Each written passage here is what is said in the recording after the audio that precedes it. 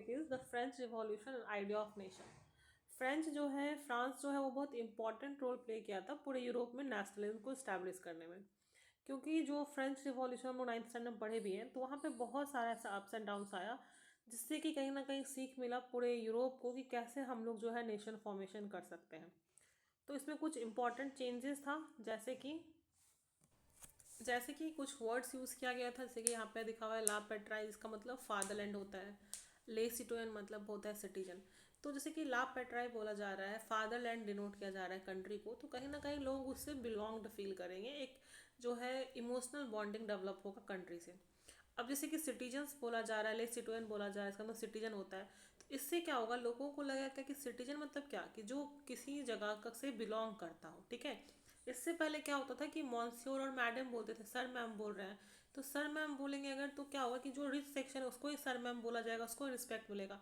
लेकिन यहाँ पे जब लेस सिटोयन बोला गया, तो कहीं ना कहीं वो कंट्री से बिलोंग भी हो रहा है, और साथ ही साथ इसमें ये भी फ़ायदा है कि उनको कनेक्टेड फील होगा, ठीक है, कि हम लोग जो है सब एक बराबर, इक्वालिटी भी दिखा रहा है। फिर उसके बाद यहाँ पे क्या किया गया था, यहाँ पे जो है इक्वल राइट्स दिया गया था कॉन्स्टिट्यूशन के अंतर्गत, सब जो है इक्वल ट्रीट किया जाएगा। फ्रेंच फ्लैग यहाँ पे दिखाया गया, जो कि ट्राई कलर का था। इससे पहले रॉयल स्टैंडर्ड होता था, यानी कि किंग का जो फ्लैग है, तो किंग के फ्लैग को रिप्लेस कर दिया गया एक ट्राई कलर फ्लैग से। उसके बाद जो जनरल स्टेट था, जो स्टेट असेंबली था, उसमें क्या किया गया, उसमें एक्टिव मेंबर्स के द्वारा उसको चूज़ किया गया, और उसका नाम चेंज करके नेशनल असेंबली कर दिया गया, ठीक है। उसके बाद जो है बहुत सारा न्यू हिम्स आया, बहुत लोग प्रोमिस ले रहे थे, या फिर बहुत सारा चेंजेस हुआ। तो इससे भी क्या होता है कि जैसे क्या कि नेशनलिज्म को स्प्रेड करने के लिए अगर लोग नया तरह का कहानी बता रहे हैं, फिर नई प्रोमिस कर रहे हैं, न्यू स्लोगन्स आ रहा है, तो इससे भी लोग मोटिवेट होते हैं, उनको लगता है कि हम लोग को इक्वालिटी मिल रहा है। सेंट्रलाइज्ड एडमिनिस्ट्रेशन बनाया गया।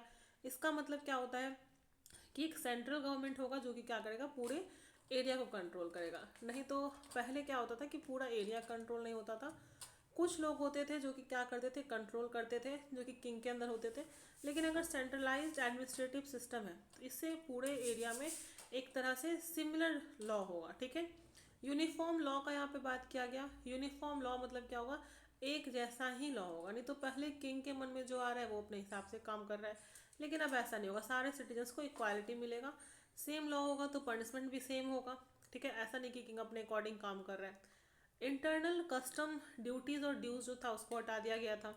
कस्टम ड्यूटीज़ मतलब ट्रेड वगैरह पे जो लगता है वो कम कर दिया गया था, रिमूव कर दिया गया था। Uniform system of weight and measurement, इसका मतलब क्या होता है कि वेट और मेजरमेंट जो होगा वो यूनिफॉर्म होगा, यानी कि एक होगा। क्योंकि अगर अलग अलग जगह पे अलग अलग वेट हम लोग यूज़ करें, कहीं पॉन्ड यूज़ कर रहे हैं, कहीं केजी यूज़ कर रहे हैं, तो इससे क्या होगा कि जो सिस्टम है वो सही तरीके से वर्क नहीं कर पाएगा, कहीं पे ज़्यादा पैसा लग रहा है, कहीं पे कम लग रहा है। और बिजनेसमैन लोग को भी बहुत ज़्यादा लर्न करना पड़ेगा अलग अलग वेट्स के बारे में, ठीक है। और फ्रेंच लैंग्वेज को यहाँ पे प्रमोट किया गया था, ठीक है, कि फ्रेंच को एक नेशनल लैंग्वेज बना दिया गया था। तो ये सारा चीज़ क्या करता है, काफ़ी ज़्यादा हेल्प करता है लोगों को पूरे यूरोप में। फ्रांस, ये हुआ था स्टार्ट फ्रांस से, लेकिन ये पूरे यूरोप में ये सब बात स्प्रेड होते गया, और यूरोप में जब रिवॉल्यूशन हुआ तो वो इन सब चीज़ों को, इन सब आइडियाज़ को फॉलो करके काफ़ी अच्छा खासा रिजल्ट गेन करते हैं।